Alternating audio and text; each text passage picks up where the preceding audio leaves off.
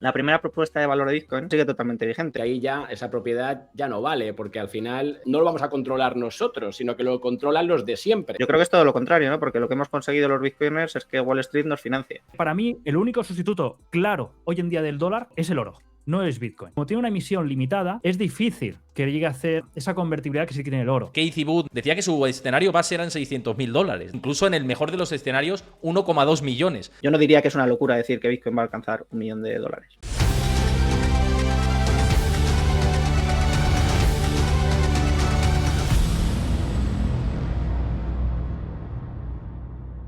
Antes de ver el vídeo al completo, recuerda darle a like, suscríbete a mi canal si te gusta este contenido y déjame tu comentario, que lo estoy esperando. Y como decía por aquí, con nosotros este día tan emocionante por tratar un tema que está tan de actualidad y que cada vez hay más gente interesada, ¿no? Como es lógico también cuando se producen estas rupturas de máximos en Bitcoin, aunque deberíamos estar quizá interesados de antes, ¿no? Que muchas veces el barco en máximos es cuando todo el mundo otra vez se pone el foco, ¿no? Pero bueno, esto lo abordaremos también si queréis. Pero yo en Economist, Álvaro de María, Javier Molina, bienvenidos a este debate, a este especial Bitcoin que monto aquí en mi canal de Twitch, y muchísimas gracias por prestaros y estar aquí conmigo este tiempo para hablar de esto que tanta demanda tiene ahora, ¿no? Un placer estar aquí, ¿qué tal? Encantado. El placer también es mío, Héctor, estar acompañado otra vez en tu canal de estos monstruos, que hoy será un día divertido. Seguro que sí, además, como decía, y por poner ya el tema en el horizonte, Bitcoin superando los $69.000, hito histórico, ¿no? Y la pregunta es clara, ¿no? Por lo que palpo y lo que me dice la gente y lo que nos preguntamos todos, si el bull run se ha iniciado con ese halving en el horizonte, en tema, o todo lo relacionado con lo que tiene que ver con Bitcoin. Por el contrario, como hay muchas voces que están diciendo, va a haber correcciones fuertes después de haberse superado todo esto y después del atracón alcista que tenía, ¿no? Es como el dilema que hay, ya no solo de la tendencia alcista de fondo, sino de qué va a pasar inmediatamente, ¿no? Después de todo esto. Quien quiera que se arranque, si quieres, Joan, que eres habitual del canal, de cómo ves esta situación. Bueno, ¿ha iniciado o no ha iniciado el bull run? Bueno, esto viene calentándose hace tiempo. Sí que es verdad que hay ciertas señales que pueden indicar que puede continuar o no puede continuar. Ahora había mucha gente que comentaba que si Bitcoin estaba en plena burbuja. Yo creo que para ser una burbuja habría que haber muchas más señales. Y ahora creo que el ciclo, hay algo que lo ha cambiado mucho, que son los efectos del ETF, que lo ha alterado realmente todo. Yo estoy mirando muchas comparaciones con otros ciclos. No me gusta tampoco comparar con muchos ciclos porque apenas tampoco tenemos muchas muestras. Realmente es un activo que es relativamente joven. Pero sí que podemos comparar ciertas cosas con otros picos de anteriores bull runs, y ahora mismo, por ejemplo, no se está observando apalancamiento en el mercado, no estamos en cifras tampoco de 2021, tampoco se están disparando, que comentamos, las búsquedas de buscadores de Google, y tampoco ves a la gente por la calle hablando de Bitcoin. Apenas están empezando a entrar, porque todo y que estamos viendo unos volúmenes desproporcionados, estaban empezando a entrar institucionales, pero aún falta mucho participante por entrar. Y yo que trabajo con Family Office y demás, estoy viendo que aún no están realmente posicionándose a falta de ciertos trámites, de due diligence, de muchas cosas que tienen aún pendientes. Por tanto, no están ni empezando a entrar. Y muchas economías donde su moneda se ha visto sobrepasada por la derecha por Bitcoin, sus ciudadanos están buscando refugio en el activo digital, y aún, como hay que dice, tampoco hay una adopción. Por tanto, yo creo que sí que se puede haber iniciado un movimiento que va a durar más tiempo, pero yo creo que estamos al inicio de algo grande que va a durar tiempo. No es que sea cuestión de iremos viendo correcciones, y que después sabremos los peligros que yo encuentro esta subida del precio que hemos visto tan vertical, pero sí que veo muchas señales de una continuación de este movimiento de cara al medio plazo.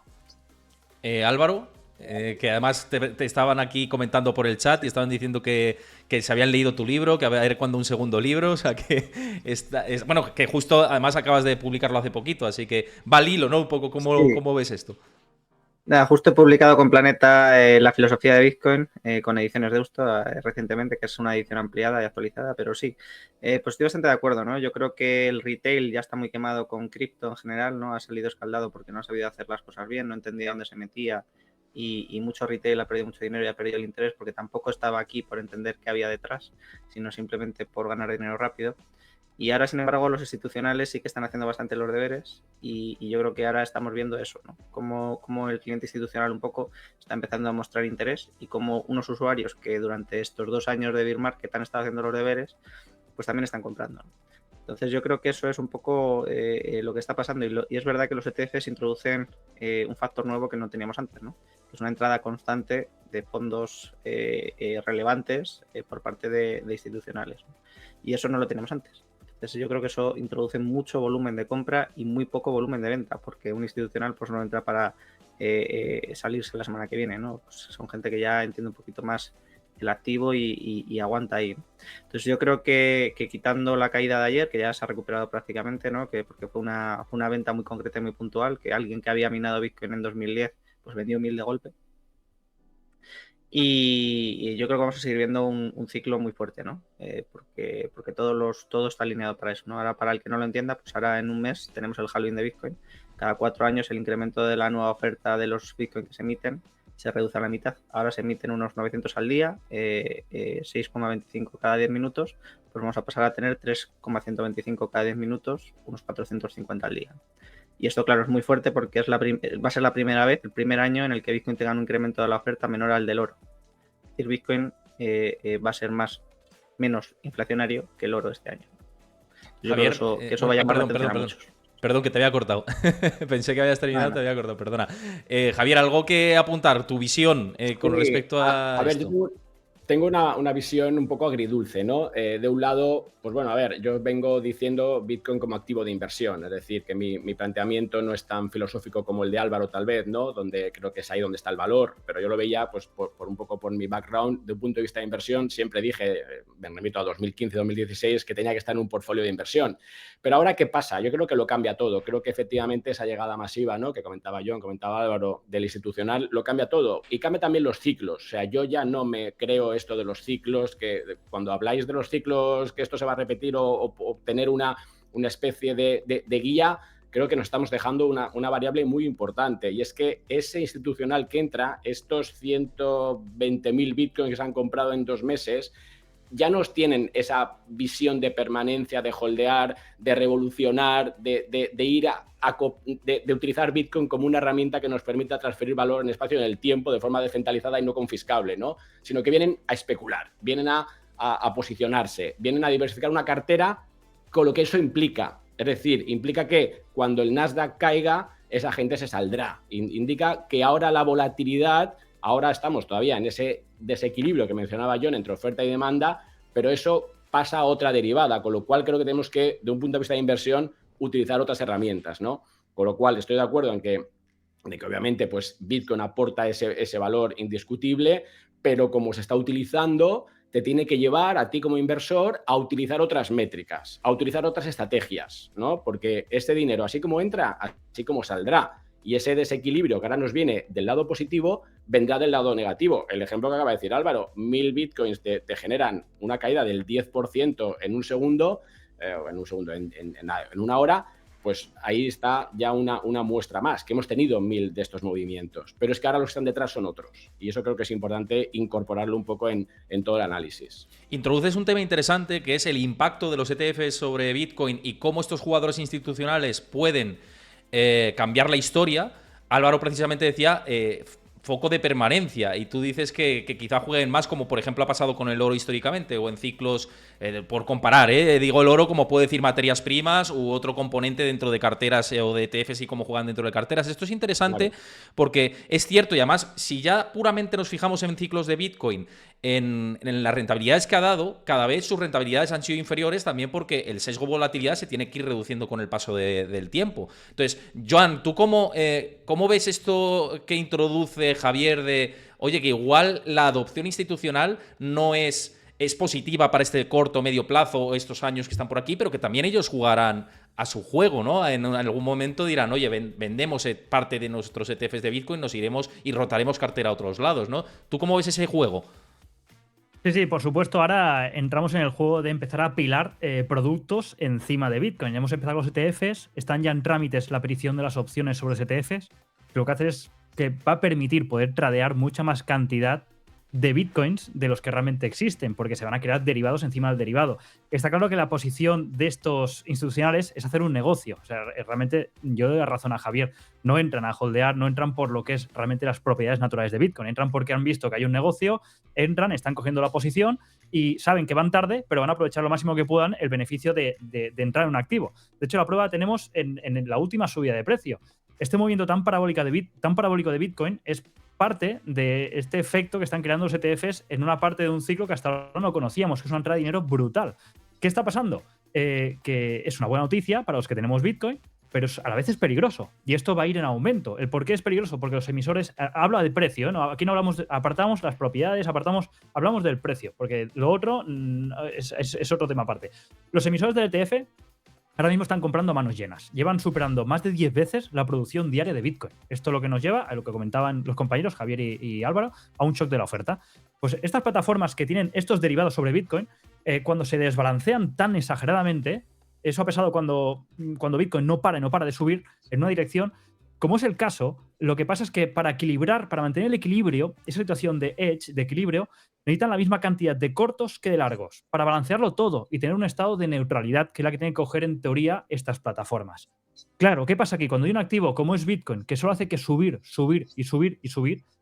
como no pueden emitir más en ese aspecto, eso provoca que estas posiciones cortas tengan unas pérdidas enormes. Y para cubrir estas pérdidas, ¿cómo lo hacen? Compran para cubrirse. Si compras en plena subida, aún agravas más todo el movimiento, con lo que aumenta la presión compradora, esto sube el precio y agrava aún más la situación de los cortos. Esto se llama la espiral destructiva de un short gamma, que es lo que pasó justamente ayer, cuando llegamos a una zona donde se esperaban muchas ventas y el desbalanceado de lo que son la exposición a largos, la liquidación a largos, era altísima. Por eso vimos ayer esa caída tan agresiva. El tema está que cuando la goma se estira tanto, se desbalancea tanto las posiciones, entramos en unos peligros que afloran como este de aquí. Y esto creo que irá en aumento por el hecho de que han entrado unos jugadores a jugar con mucho dinero, con productos apilados y que no buscan en sí la función natural de Bitcoin, sino que buscan es hacer negocio. Y esto es lo que supongo que creará más aumento. Por eso el trading en Bitcoin ahora entra en otra fase. Ese es el problema. Mira, nuestro amigo Montoya decía por aquí por el chat, dice, cuando entren en juego las opciones sobre ETFs de Bitcoin vamos a flipar. Y seguramente nos metamos el apilamiento será brutal. Sí. No, pero yo creo que no es excluyente lo que estáis diciendo ninguno, en realidad, porque es verdad que la entrada de los ETFs institucionaliza el juego y esto es positivo, en general, para la adopción de cara al futuro, pero es verdad que esa entrada también hay que meterla en escena, que todavía es un actor que no estaba hasta ahora, o un BlackRock no estaba en las dimensiones que está como hasta ahora, ¿no? Claro, Héctor, pero ahí sí me dejas un poco por lanzársela para Álvaro. Sí. Creo que viene un poco a colación con lo que estamos comentando, es cómo cambia esto la filosofía de Bitcoin. Porque si ya tenemos el activo, no hablamos de la red, el activo que empieza a tener este otro tipo de movimientos como asset class, no volatilidad porque estamos en adopción y estamos descubriendo precio, sino volatilidad como fruto de que Bitcoin pasa a ser otra cosa que encima ya no vamos a controlar nosotros, sino que pasa de los que queríamos, ¿no?, de los cyberpunks iniciales al sistema financiero. ¿Cómo cuadramos todo eso, Álvaro?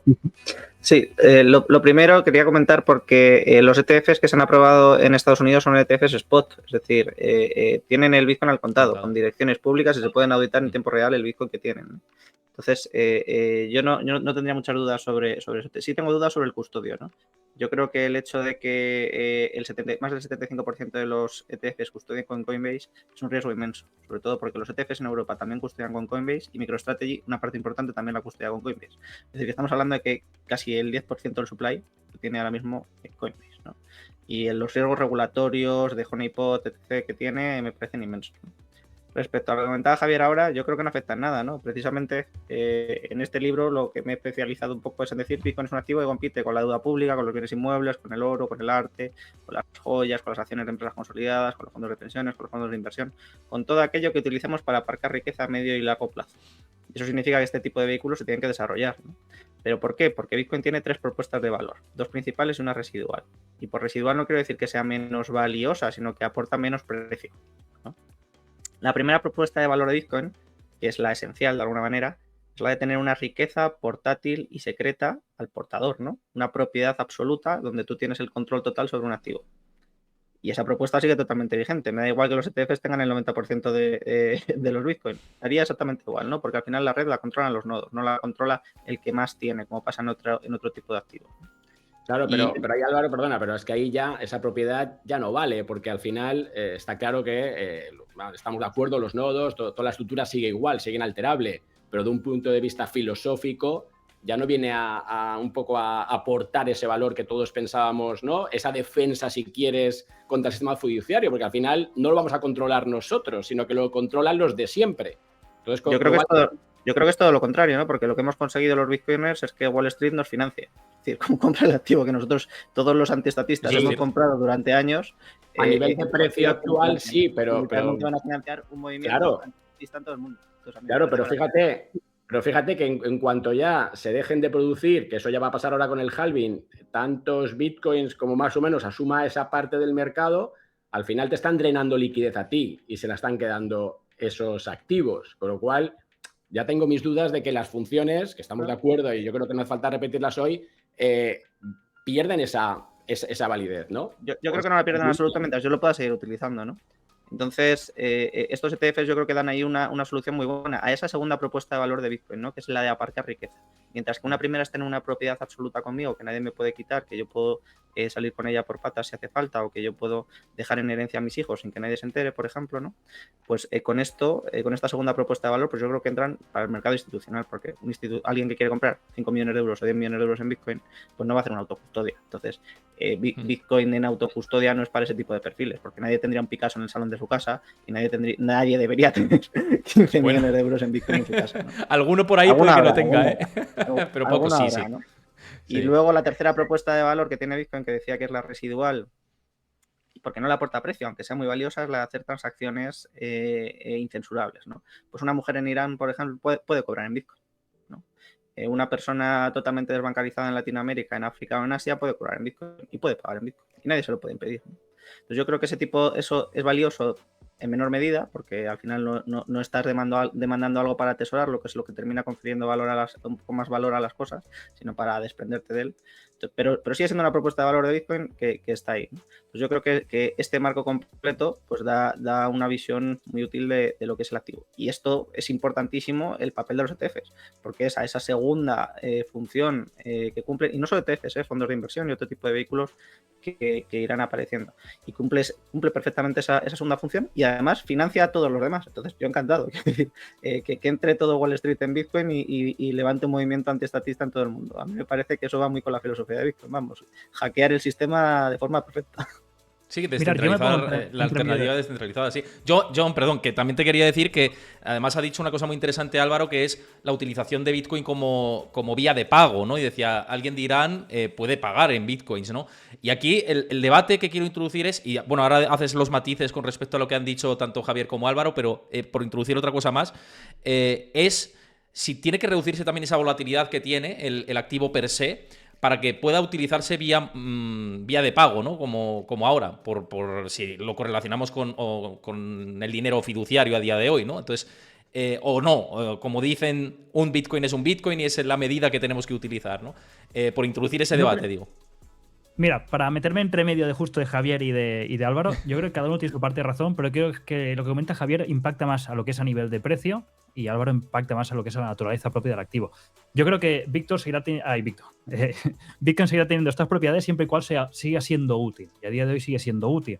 Tú si vas, por ejemplo, a 2010 y le explicas a alguien que creó Bitcoin o estuvo en las primeras etapas todo lo que está pasando ahora, que Bitcoin está en 60.000, que es una moneda de curso legal en algún país, que está de debate prácticamente a diario en el Senado de Estados Unidos, que monstruos como BlackRock están creando productos sobre Bitcoin, esa persona pensaría que realmente Bitcoin ha ganado, ha logrado una victoria. Esto no quiere decir que vaya a tener un futuro fácil, pero yo creo que diría, ostras, esto que parece que hoy en día nadie nos escucha, mira lo que está haciendo en el futuro, ha logrado una victoria. Entonces yo creo que Bitcoin en ese aspecto no nació para hacernos millonarios, porque como tal yo lo catalogo como una materia prima digital. Y ahí es cuando entramos en colación con el oro, justo lo que comentas ahora tú, Héctor.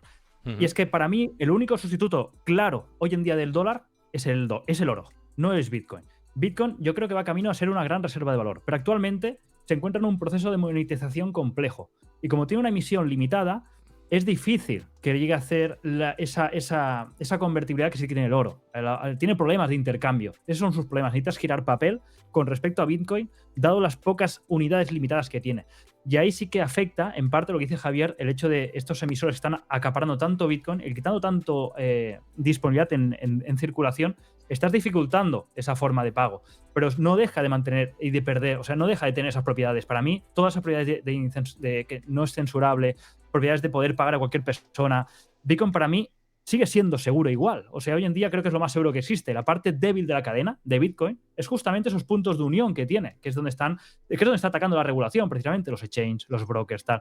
Pero yo creo que Bitcoin realmente no funcionaría bien como método de pago a nivel de sustituir una moneda por estas características que hemos comentado. Pero como reserva de valor sí. Y ahí es donde creo que hay que diferenciar. Que sí que veamos un Bitcoin que la entrada de estas grandes monstruos van a afectar en el día a día de la cotización, pero esto no quiere decir que para lo otro siga siendo un Bitcoin totalmente válido.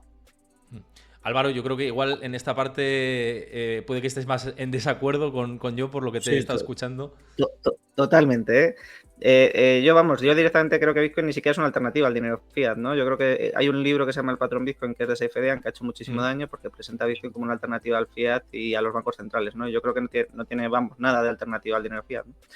Ronald Coase, que es un economista al que le dieron el premio Nobel por un artículo que escribió en 1937 que se llama La naturaleza de la empresa, acuñó el término de los costes de transacción, ¿no? Que coste de transacción no es cuánto me cuesta enviar una transacción, sino todos los costes en los que yo incurro para llevar a cabo una operación. Por ejemplo, para contratar a una persona o pues para llevar a cabo un trabajo, yo tengo que buscar un trabajador que lo haga, contratarle, etc. Y todo eso son costes que no están reflejados directamente en el precio, ¿no? Sino que son costes adicionales.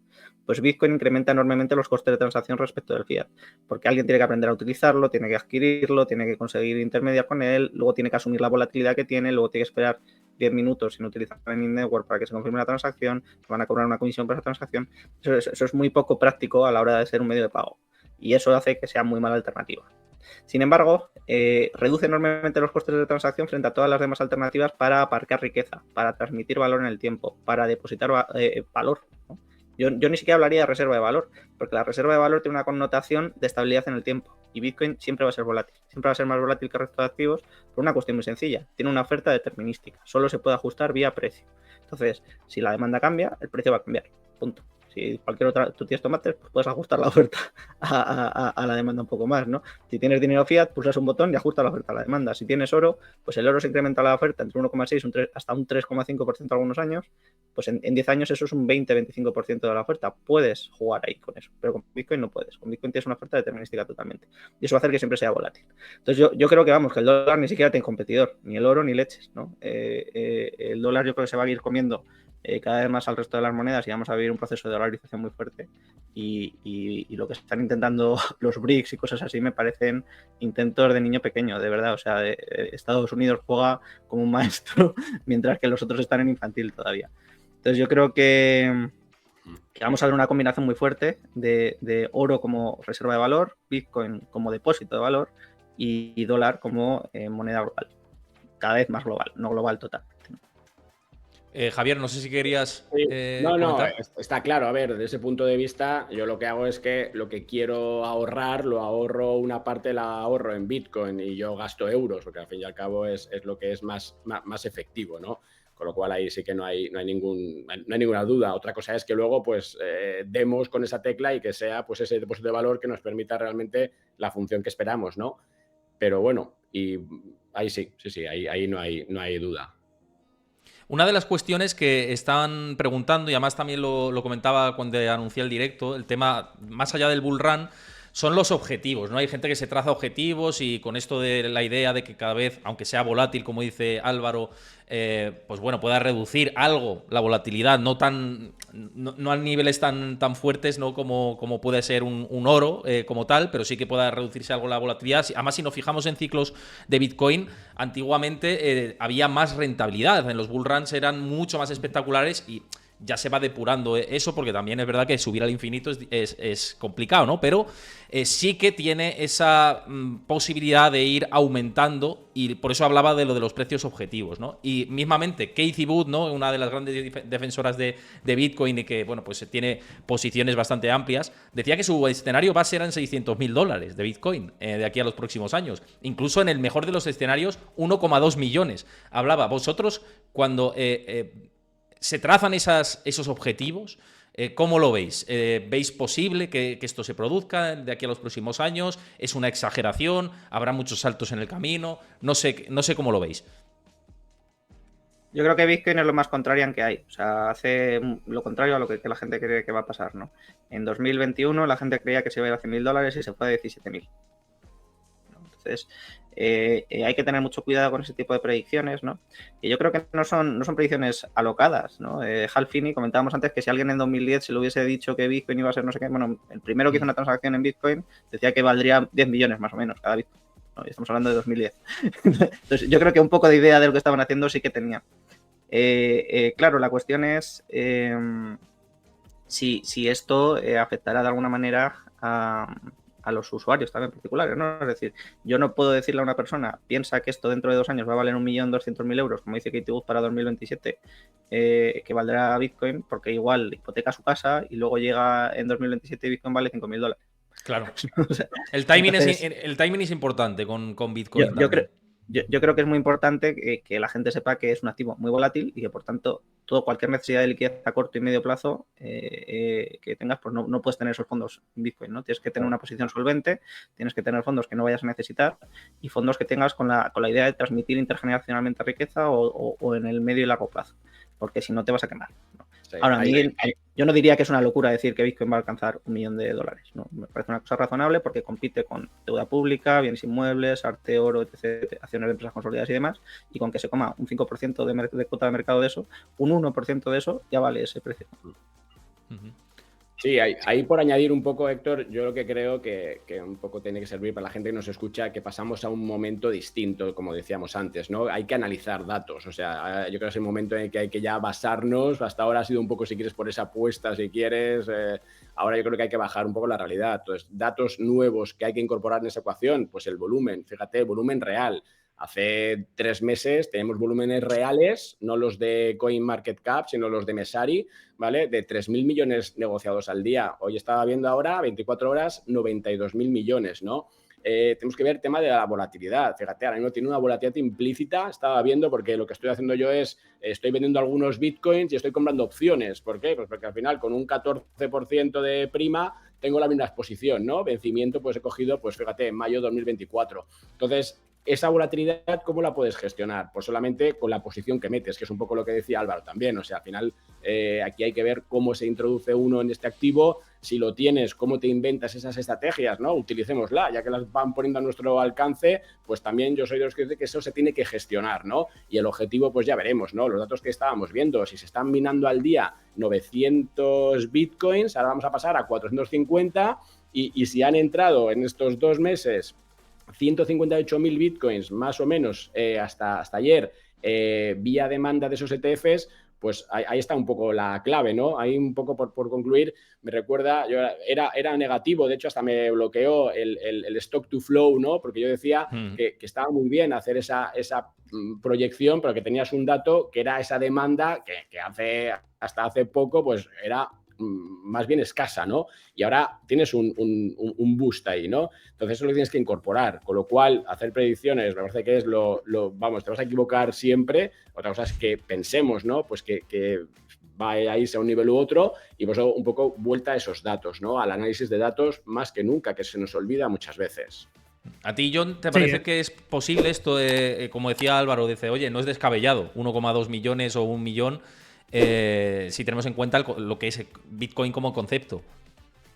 Sí, claro, es lo que comentan los compañeros. Es un activo volátil y se hace difícil establecer precios o recomendaciones de cara a inversión en ciertos plazos. Porque como estás cruzado, porque lo que decimos siempre, un Bitcoin es un Bitcoin. Ahora, ¿contra qué lo comparas? Si lo comparas contra cierta moneda fiat, la moneda fiat por naturaleza pierde valor. Por tanto, te haría pensar que en teoría el activo tiene que ir ganando valor con paso del tiempo. ¿En qué precio? Hay gente que pone 1 millón, hay gente que pone medio millón. Es complicado. Es complicado porque yo no me atrevo a decir ciertas cifras a tanto tiempo vista. Yo soy más especulador a corto plazo. Entonces te puedo decirte que a lo mejor para este bull run, visto la perspectiva que hay de entrada y los eventos clave que vienen a continuación este 2024, pues creo que perfectamente te puedes ir a 6 cifras. ¿Qué cantidad? Es complicado. Yo creo que es complicado. Porque es lo que decimos precisamente. Es un activo finito que tiene una volatilidad muy alta y que depende con qué lo compares. Si lo comparas contra algo que pierde valor, pues se te puede disparar. Entonces es complicado decir. ¿Son cifras reales? A corto plazo creo que no. Pero es que no esté descabellado para nada y menos visto el poco tiempo que tiene el precio y desde dónde amaneció y dónde está hoy. No sé si en el chat me estaban preguntando mi canal. Yo tengo canal de Discord, mi comunidad está en Discord. De hecho, os invito a que os unáis. Ahí comparto información en tiempo real, gráficos, análisis, debates con vosotros. Uníos por ahí, que ya somos más de 3.000 usuarios, es gratuita. Y para estar informados del día a día de la economía y los mercados, es una alternativa muy, muy buena. Y muchos de los que estáis aquí y estáis en Discord, sabéis todo lo que comparto, lo que comparten los miembros de la comunidad. Así que uníos a Discord. Os lo pasa Chris por el chat. Y si esto lo veis en YouTube, también lo tenéis en el comentario fijado y en la descripción del vídeo, para que lo sepáis. Por cierto, hablando de YouTube, si veis esto desde YouTube y os gusta este debate, este especial Bitcoin, dejad vuestro like, dejad vuestro comentario, estáis de acuerdo con los invitados que tenemos aquí por aquí, con quién estáis más de acuerdo, con quién menos, cuáles son vuestras inquietudes con respecto a todo esto, dejadlo en comentarios y suscribíos al canal si os gusta el contenido, por supuesto, eso siempre os lo digo. Pero dicho esto, habéis tratado un punto que me parece muy interesante y es el tema del halving, ¿no? Y mucha gente también, muchos inversores, tanto incluso institucionales, que yo he hablado con alguno que está en la parte institucional y habla del halving, ¿no? Y dicen, oye, ¿cómo afectará el tema del halving? No ha llegado, va a llegar ya. Y generalmente cuando llega el halving, el aumento va siendo progresivo. De hecho, previo al halving ha pasado en las anteriores veces algo que no ha sucedido en esta ocasión, que es un rally descomunal, ¿no? En esta ocasión. Esto es una novedad, lo que hemos tenido hasta ahora. ¿Cómo puede afectar el halving teniendo en cuenta el rally que ya hemos tenido? Esto es inédito con respecto a anteriores halving. No sé vosotros cómo lo veis. Álvaro, yo creo que esto es lo que comentaba antes, que es lo más contrarian que hay. O sea, todo el mundo dice, no, el bull run de Bitcoin nunca se produce antes del halving, siempre se produce 14 meses después del halving. Bueno, pues toma, ATH, o sea, máximos antes del halving. Entonces, yo creo que la gente tiene que entender que es un activo muy, muy, muy, muy contrarian. Entonces, es muy difícil saber cuáles son los momentos adecuados para entrar. Al final, las estrategias que se van puliendo dentro de la comunidad y más siempre es DCA. Ir comprando poco a poco, cantidades más o menos fijas, despreocupándote un poco, así moderas un poquito la volatilidad, no te va a impactar tanto en el precio, tampoco tendrás tanta revalorización como si hubieses comprado en momentos bajos, pero claro, a ver quién sabe cuál es el momento bajo, ¿no? Porque todo el mundo, pues cuando estaba en 17.000 estaba diciendo, ay, que se va a ir a 12.000 y luego se fue a 35.000. Yo entre ellos, yo decía 14.000 objetivo tal y mira, pues ahí me equivoqué, está claro, es que es muy contrario, no es lo que dices. Pero a todo el mundo le pasa eso, es que es muy complicado porque no atiende a las razones a las que estamos acostumbrados. Entonces yo creo que cualquiera que trate de hacer esa clase de análisis pues puede salir muy escaldado y por eso es muy importante que la gente entienda que es un activo para posiciones solventes, no es un activo para jugarte las vacaciones de verano. Joan. Héctor, ¿cuántas veces aquí, Héctor, contigo hemos hablado de la macro? La macro va a tirar el mercado, Y te aparece una variable como una tubería así de dinero que está metiendo ahí la Fed y te lo altera todo. ¿Qué ha pasado con Bitcoin? Los ETF de Bitcoin al contado. O sea, ha distorsionado todo. Eso que decías tú de que antes del halving no había bull run, pues mira, máximo histórico a un mes y algo del halving. ¿Qué pasa encima del mes del halving de abril? Que es que, aparte, finaliza el primer trimestre y es cuando se van a conocer qué empresas o qué particulares han invertido en Bitcoin. Por lo tanto, nos juntamos con una reducción a la mitad. Si ahora ya se está comprando un por 10 de lo que se emite a día de hoy, pues si seguimos al mismo ritmo, ya estamos hablando del doble.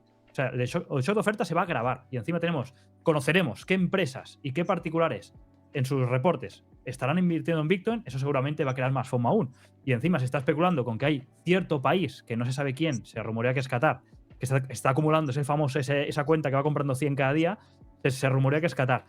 Todo indica que realmente este ciclo es distinto. Pero sí que es verdad que el halving crea ese efecto de cómo se recorta el suministro y en principio la demanda tiende a crecer, tiende a ser positivo. Pero estamos viendo que el ciclo totalmente va distorsionado por la cañería del macro y aquí tenemos también otra cañería que está entrando a piñón y lo está cambiando todo. Por tanto, no podemos hacer una estimación, como comentaba antes también Javier y Álvaro, solo tenemos muy pocos bull runs. Si tú te pones a hacer un backtest en trading, necesitas centenares o miles de eventos para sacar conclusiones. Es muy poco tiempo para sacar conclusión de que hostia, si no hace esto, hará lo otro. No lo sabemos. Esto hay que ir adaptándose constantemente, como ha pasado este 2022, 2023 y este 2024 a lo mejor no es diferente. Mira, Javier, Malotru pregunta por aquí por el chat relacionado con esto, dice, ¿no creéis que cuando llegue el halving puede haber una gran recogida de beneficios? Un poco lo que decía Álvaro también de efecto contrarian, ¿no? Del carácter de Bitcoin. Claro, al final, a ver, eso sin duda. Yo también soy mucho de esto de sentimiento contrario. Cuando vemos que todos los flujos, que todos estamos hablando de esto. Y aunque decía yo en el principio que todavía ese retail no estaba, pero yo tengo ya algunas dudas, ¿eh? ¿Por qué? Pues porque estoy colaborando con varias entidades y estoy viendo que esos inversores se han batido récords, ¿vale? A nivel de plataformas de negociación esta semana, ¿vale?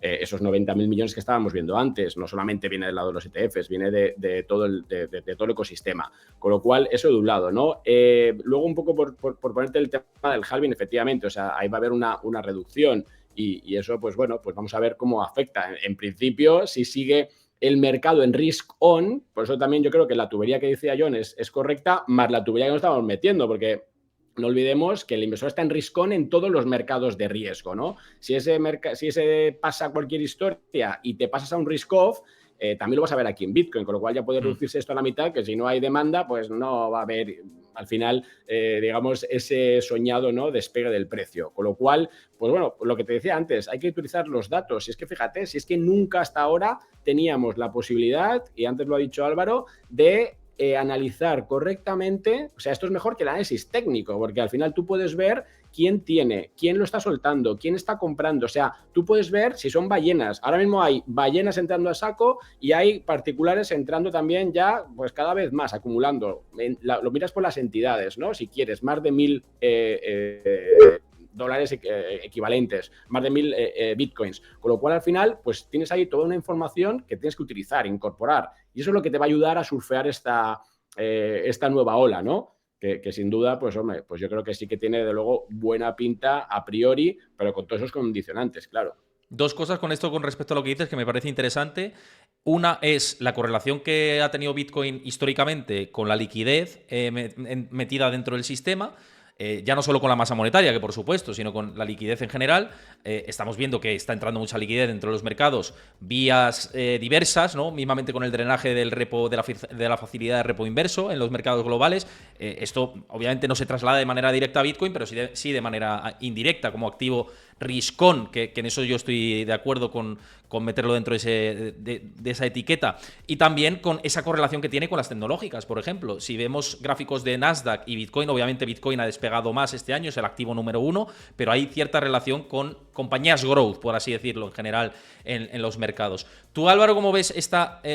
por darle el contrapunto, esta relación que hasta ahora hay, ¿se puede romper? ¿Puede seguir así? Si viene, por ejemplo, una recesión económica, ¿afectará negativamente al precio? ¿Cómo lo ves?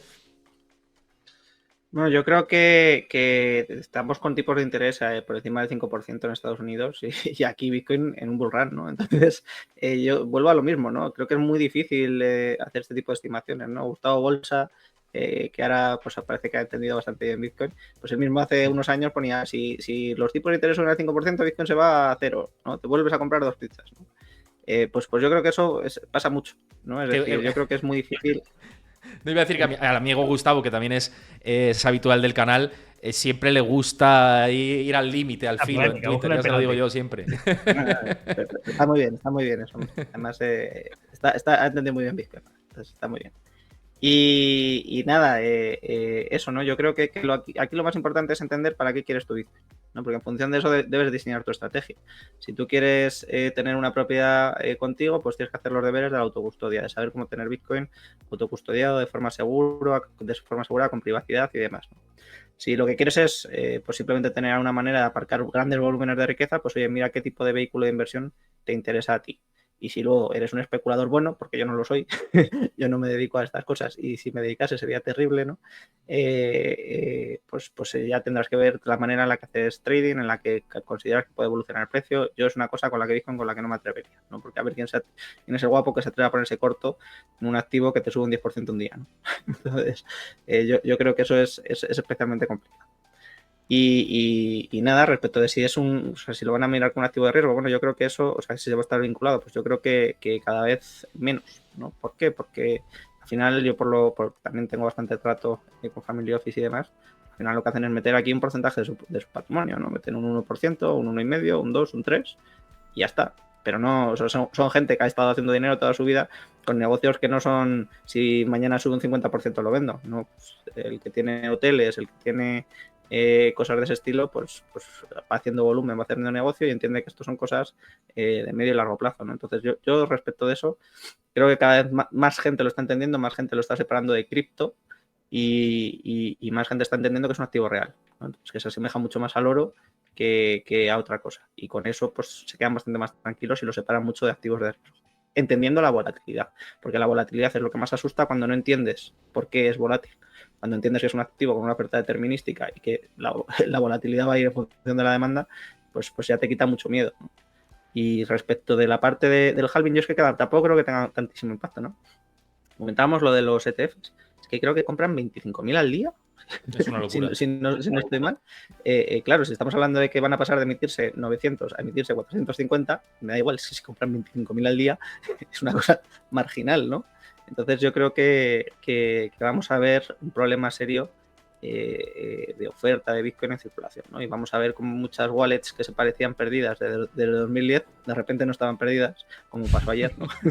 y la gente era lista y sabía lo que tenía y lo ha guardado hasta el momento oportuno en el que hay una necesidad de liquidez muy fuerte en el mercado y pueden negociar muy buenos precios. Sí, sí, muy interesante esto y además justo me sirve para introducir algo que creo que muchos también se preguntan. Dices, trabajo con family offices, ¿no? Y muchos destinan un 1, un 2, un 3%, y esto es lo que quería introducir aquí, ¿no?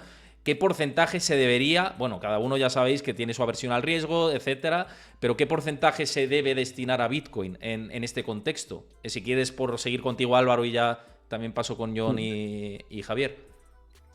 Lo primero, lo que vengo insistiendo, o sea, es gente. Para mí, Bitcoin no es un activo para gente solvente. O sea, es que pues una persona latinoamericana se puede permitir ahorrar en Bitcoin para dejárselo en herencia a sus hijos, pero no para llevar la cuenta en Bitcoin, porque es que un activo que te puede caer un 20% en un día, pues a lo mejor la semana que viene no puedes abrir tu negocio. Entonces, esto yo creo es lo más importante, entender que es un activo para gente solvente y para gente que quiera transmitir valor en el tiempo.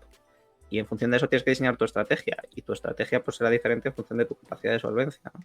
Pues no es lo mismo una persona que tiene 200 millones de euros, 300 millones de euros, que una persona que gana 2.000 o 3.000 euros al mes, ¿no? Y esa persona pues a lo mejor puede hacer un DCA, la que gana 2.000 o 3.000 euros al mes y comprar todos los meses unos euritos y ir con eso generando un patrimonio. Y la otra pues a lo mejor puede alojar un 2, un 3, un 4, un 5% de su patrimonio en Bitcoin y si lo pierde no le va a preocupar. O sea, no le va a quitar el sueño, simplemente va a decir, bueno, pues ha salido mal y ya está. Y si le va bien, pues le va a ir muy bien, ¿no? Y va a estar muy contento. Entonces yo creo que ese es un poco tampoco iría mucho más, ¿no? Yo creo que Bitcoin no es un activo para tener todo tu patrimonio en él, porque quiere decir que es muy volátil y si puntualmente por una causa ajena a ti tienes necesidades de liquidez fuertes y justo te ha pillado en un momento que ha bajado mucho, vas a ser liquidado sin piedad ninguna, ¿no? Entonces yo creo que eso hay que tenerlo muy presente y que tener mucho patrimonio no significa que no tengas necesidades de liquidez, ¿eh? O sea, que te viene un embargo de Hacienda, te viene un multazo, te viene una sanción o te viene lo que sea, tienes que liquidar los activos y si lo que tienes ha bajado un 50%, pues tienes que liquidarlo. Javier, tú que has construido también carteras y que estás en la industria financiera desde hace mucho tiempo, ¿tu visión con respecto a esto de porcentaje que se podría destinar a Bitcoin? Sin duda. A ver, yo creo que aquí, ya si lo vamos metiendo como activo de inversión, pues tienes que seguir, yo creo que aquí lo más fácil es seguir las reglas clásicas, es decir, colócalo en esa distribución, que al final venimos de ese, lo sabes tú mejor que nadie, Héctor, de ese portfolio renta fija, renta variable, y estamos ya en otro paradigma, ¿no? Donde, si quieres, los alternativos deben ocupar, bajo mi punto de vista, y haciendo fronteras eficientes si quieres, pues un 20%. El tema es de ese 20%, ¿cuánto destinas a Bitcoin, ¿no? Y aquí es donde está un poco la clave. ¿Por qué? Porque ahí tienes que meter real estate, ahí tienes que meter, si quieres, arte, coleccionables, todo lo que quieras, ¿no? Con lo cual, mi idea, mi recomendación, si quieres, como dentro de un portfolio, ¿qué porcentaje? Pues bueno, cada cual ajusta su riesgo, como decía Álvaro, pero pues yo lo veo ahora mismo. Fíjate que yo era de los que decía 5% en 2016. Yo creo que ese sigue siendo el porcentaje, ¿no? Al final tiene que ser un activo que si en ese momento pues tienes un problema, pues que no te repercuta sobre la globalidad. Entonces tienes que ir jugando un poco con esos porcentajes. Vamos, eso es tan fácil como coger rentabilidad y riesgo. O sea, esto es desviación típica de toda la vida. Ponlo ahí, hazte ahí un poco un cálculo básico, ajustalo a tu perfil y ahí tienes la solución. John, por tu lado, que tú también además has trabajado con Family Offices, asesorando y tal, porcentaje de Bitcoin, nos decía antes por aquí Raposo, dice, yo soy conservador, tengo un 38% de Bitcoin. Eso no es conservador. A ver, es lo que decíamos. La respuesta no sé sí o sí no. O sea, la respuesta sí. El porcentaje, la duda es dónde está el porcentaje.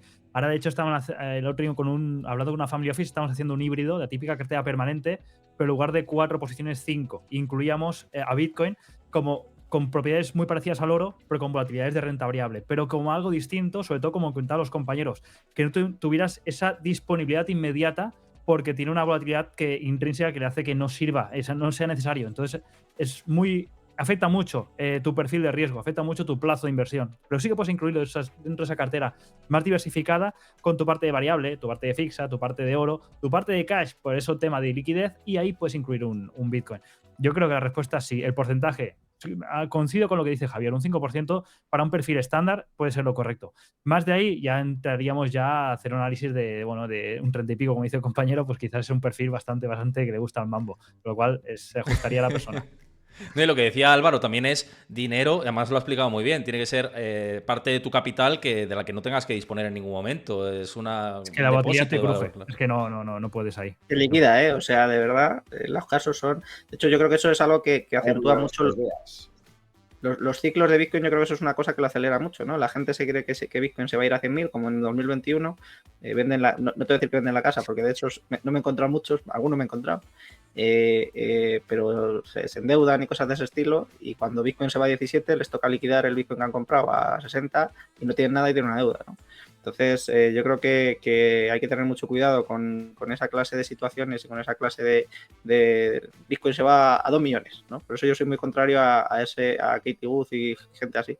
Tú no puedes decir un precio certero en 2 o en 3 años o en 4 años, porque nadie lo sabe, ¿no? Entonces, en ningún activo te diría, cuando se dice precio objetivo del SP500 a 12 meses, 5.800. Dices, bueno, pues no sé, ¿en base a qué? A ver cómo va el aire. O sea, no tienen ni idea. Héctor, yo os dejo. Sí, eso iba a decir. Javier, un abrazo, que se tiene que ir, está por Londres y tiene cositas que hacer por allí. Así que un abrazo y muchísimas gracias por estar en el debate. Ahora nos quedamos el resto que estamos por aquí. Dame un segundito que reconfiguro el espacio. Perdona, Álvaro, mientras cambio aquí la escena, perdón, lo que estabas diciendo con respecto a... No, que yo soy muy contrario a ese tipo de Michael Saylor, ¿no? Michael Saylor decía que la gente que vendiese su casa y comprase Bitcoin. A ver... Eso es el puente o Lambo. Claro, yo no te voy a decir que no te pueda salir bien. Es decir, si yo soy el primero que cree que MicroStrategy ha hecho una apuesta muy buena, ¿no? Que le ha salido extraordinariamente bien, y soy de los que lo ha defendido durante mucho tiempo, pero lo haces tú a nivel particular porque tú crees que eso va a ir bien, pero no tienes la certidumbre de que eso vaya a ser así. Tú no le puedes dar esa recomendación a la gente. O sea, eso es una salvajada y una barbaridad. Y lo de Katie Wood es exactamente igual. Tú no puedes decir que Bitcoin va a valer 1.200.000 euros en 2027 porque igual a alguien se le va la cabeza, vende las cosas, se coge un préstamo por ese plazo y dice, como esto va a valer tanto, hace sus cálculos mentales y tal, y luego vale 80.000. Y a ver qué haces, ¿no? Efectivamente. Entonces yo creo que hay que tener un cuidado extremo con ese tipo de afirmaciones. Simplemente entender la naturaleza del activo, entender que tiene unas propiedades únicas, que es bueno para esa clase de funciones, que tiene una oferta que en el medio y largo plazo va a ser deflacionaria, porque a medida que vayan sucediendo halvings, pues cada vez la oferta será menor, pero la gente seguirá perdiendo por errores de custodia de Bitcoin, porque al final esto hace depender de la propiedad del conocimiento de unas palabras, ¿no? Si tú pierdes esas palabras y pierdes el dispositivo con el que accedes a mover los Bitcoin, por así decir, pierdes el acceso a ellos, ¿no? Se quedan desbloqueados, o sea, se quedan bloqueados completamente. Entonces, esto va a seguir pasando, o sea, pasa todos los días. Y eso hará que a medio y largo plazo pues tenga una oferta deflacionaria, es decir, que vaya retirando, que ya no son 21 millones, que ahora se supone que más o menos que hay 3,5 millones perdidos aproximadamente.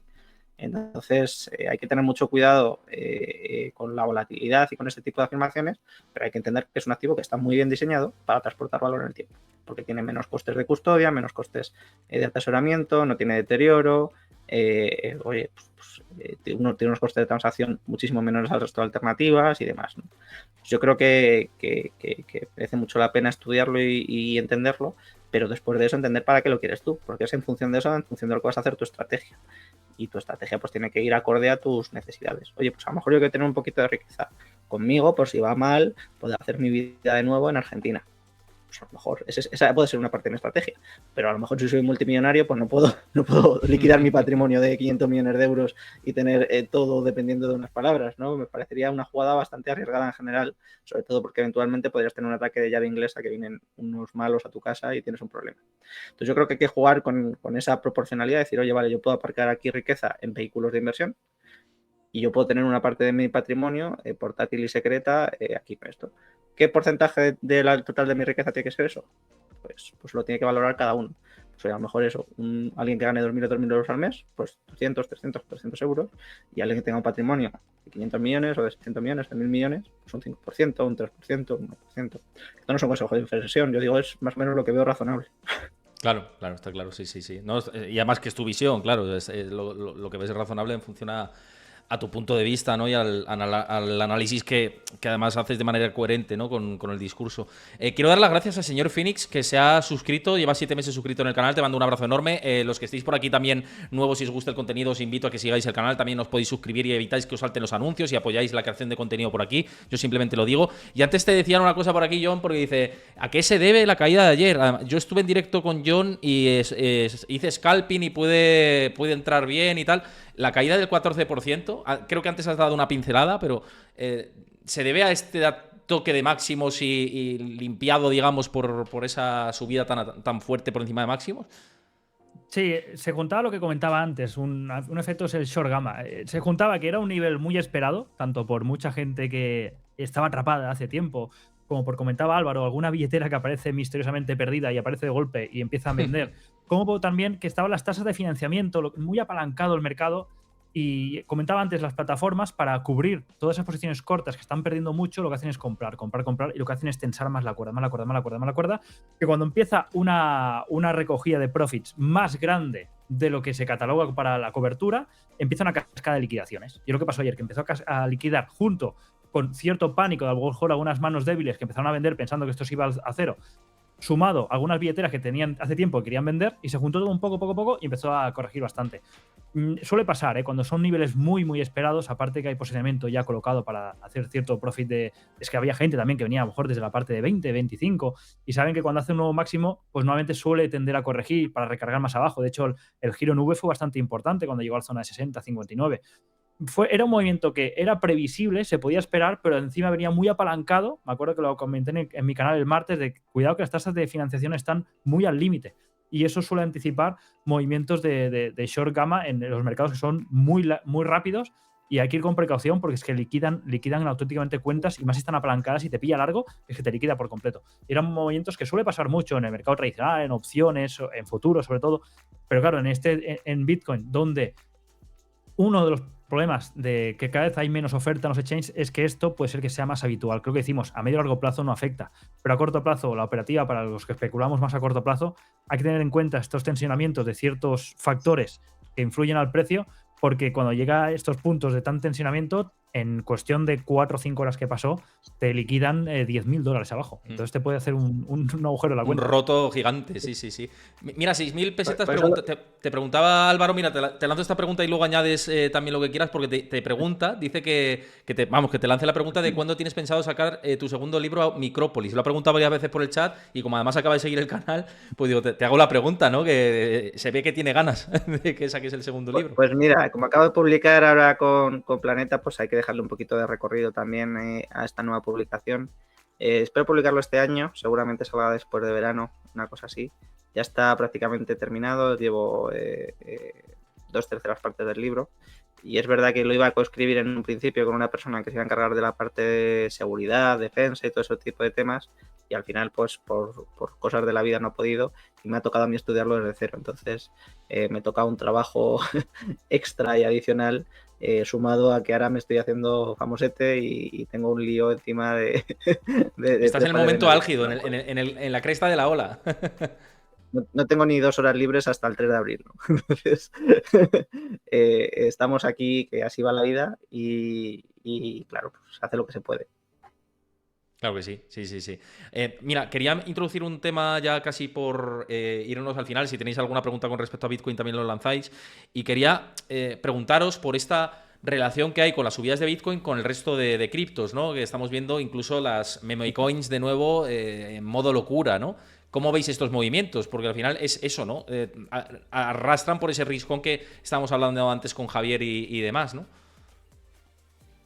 A ver, yo primero diferenciar muy claramente Bitcoin de todo lo demás, ¿no? Bitcoin es un activo real, es una commodity de manual, ¿vale? ¿Por qué? Porque no tiene emisor. Al no tener emisor, pues no es el pasivo de nadie.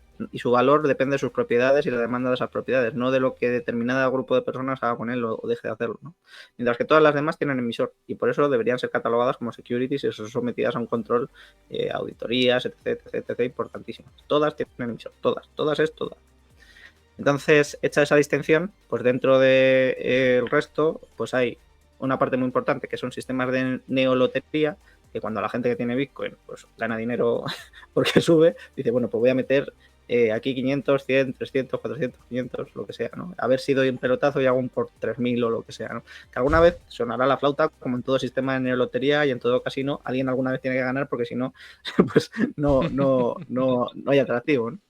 Pero más allá de eso, pues yo creo que no hay mucho más, ¿no? Es verdad que hay que distinguir también las stablecoins, que a mí me parecen muy interesantes, por ejemplo, USDT de Tether. A mí Tether me parece una empresa que ha encontrado un modelo de negocio maravilloso, ¿no? El pasivo es USDT, que lo emite, y en el activo tiene deuda pública de Estados Unidos a corto plazo. Entonces, claro, eso le va a generar una rentabilidad. Bueno, tiene oro, Bitcoin y cosas de ese estilo, ¿no? Con una liquidez enorme, con liquidez a 16 días prácticamente. Entonces, eso es lo que le permite mantener el peja al dólar y, sin embargo, lleva el dólar a todos los países de Latinoamérica, Asia, África y demás que están sedientos de dólares y con eso se ha convertido, por así decir, como de alguna manera alguien que tiene un monopolio de la emisión de dólares también. Es un modelo de negocio maravilloso y que a mi juicio no tiene tanto riesgo, ¿no? Porque al final tiene activos extremadamente líquidos y ha podido soportar retiradas de miles de millones sin apenas dificultad, ¿no? Porque recompra el token él con lo que tiene activo y ya está. Entonces, quitando eso y quitando 3 o 4 cosas más, el resto me parecen sistemas de neolotería o participaciones en proyectos empresariales un poco así guarrillos, por así decir. Y ya está, ¿no? Yo la verdad que no me parecen cosas tan interesantes, ¿no? Pero es verdad que como yo creo que el dólar pues va a tener mucho más tirón, pues creo que USDT pues va a tener mucha más expansión y va a tener mucho más crecimiento Tether y creo que Bitcoin y Tether pues van a crecer mucho. John, con respecto al tema altcoins y estos movimientos. Sí, coincido con Álvaro. Sí, oro y Bitcoin a nivel de commodities no generan ningún rendimiento exógeno, por tanto van aparte y descuentan más la desconfianza que hay hacia el sistema o hacia la protección que no en sí la especulación, sí como se hace más en el sector de altcoin. Yo te digo, yo llevo, hace este argumento Héctor, llevo un tiempo operando con small caps americanas y esto ha existido siempre. Hay muchas small caps que tienen una capitalización de 5 millones, en un día te hacen un 700% y al final del día se han destruido. Pues esto pasa cada día, lo que hace es el sentimiento de mercado que nos pilla los retails, que entramos en FOMO, vemos que eso se dispara, especulas, entras y en parte las altcoins dejan de ser small caps pequeñas, muchas son proyectos que son un PDF, otras son las meme coins, que es un poco la tendencia. Entonces, claro, también, ahí dentro del sector también hay que ir separando un poco la paja de algunos proyectos que sí que están haciendo cositas, otros que no, pero es lo que ha existido siempre, solo que ahora el acceso es mucho más sencillo a nivel digital, desde un móvil, que antaño las small caps, que para abrirte una cuenta en un broker de Estados Unidos tienes que faltar una información, una documentación, unas certificaciones, un PDT. Ahora me abro una cuenta en cualquier broker con 100 euros y especulo en altcoins. Entonces, ha existido siempre, lo único que ahora acceso es mucho más fácil y como los mercados al final lo mueven personas y sobre todo va por sentimientos, pues está mucho más fomeado ese sector. Pero claro, hay que separar bien las dos partes. Es cierto que dentro de los ciclos siempre se dice que primero sube Bitcoin, después pasa a Ethereum y te fijas, va menguando hacia productos mucho más volátiles, mucho más explosivos y con esa tendencia a querer hacerte rico de la noche a la mañana.